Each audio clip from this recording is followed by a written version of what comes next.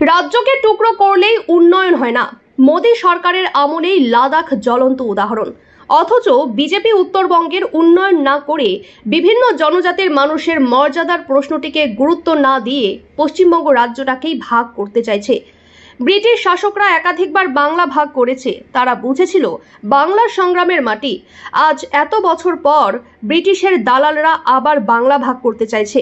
পরপর ভোটে হেরে বিজেপি বুঝছে পশ্চিমবঙ্গে কোনো দিন জিতবে না তারা। এখন নতুন করে দিল্লিকে শক্তিশালী করে পশ্চিমবঙ্গকে টুকরো করার ছল। মমতা ব্যানার্জি এই বিচ্ছিন্নতাবাদী অনন্ত মহারাজদের সাথে যোগাযোগ রাখেন কেন? সুবিধাবাদী তৃণমূলকেও দায় নিতে হবে।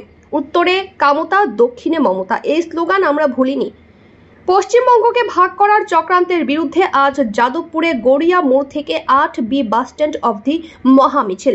উপস্থিত সুজন চক্রবর্তী, বিকাশ রঞ্জন ভট্টাচার্য সহ আমরা সবাই।